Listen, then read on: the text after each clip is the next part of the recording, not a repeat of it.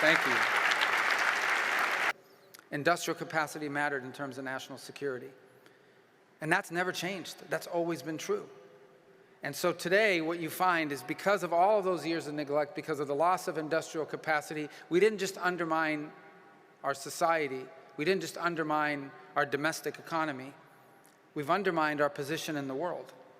And what you will find, and what we find even now, is that increasingly, on geopolitical issue after geopolitical issue, it is access to raw material and industrial capacity that is at the core both of the decisions that we're making and the areas that we're prioritizing.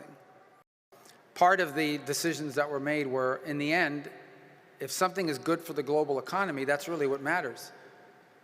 Ultimately, a lot of public policy decisions were made without the nation state in mind. Rather, the decision was, is this good for the global economy? Is this good for global economic growth? Is this good for prosperity in other places, even if it may not be in our interest? And we made those decisions even during the Cold War to some extent. I mean, we allowed nations to treat us unfairly in trade, but we allowed them to do it because we didn't want those countries to become victim to a communist revolution that would overthrow them. But then we kept it going. And so today there are multiple countries around the world that are fully developed economies, but whom we have enormous trade imbalances because they want to continue that system moving along, and that has to be corrected.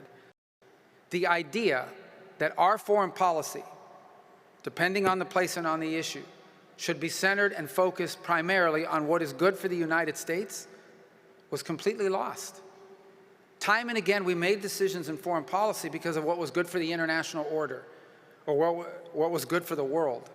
And I'm not saying those things are irrelevant, but the number one priority of our foreign policy of the United States, the number one foreign policy priority of the United States needs to be the United States and what's in the best interest of the United States.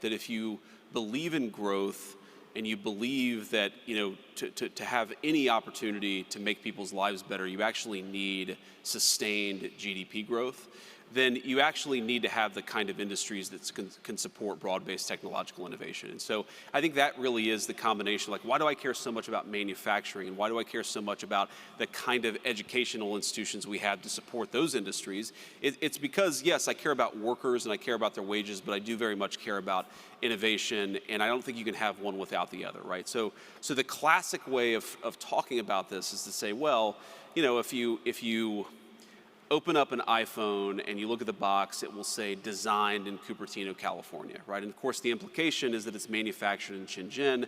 In reality, it's not necessarily even designed in Cupertino, California anymore. It's increasingly designed in the place that's manufacturing it. This idea that we can separate the making of things from the innovating of things is, I think, totally farcical. And I think that was the way in which the advocates of globalization were the most wrong, is they allowed the best skilled trades workforce in the history of the world to become a little bit atrophied. And I think we're still very good.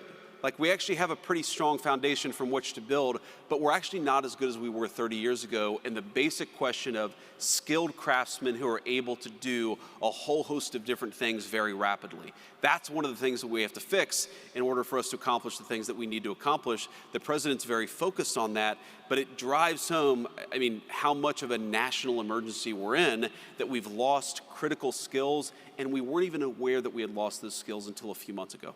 Thank you all.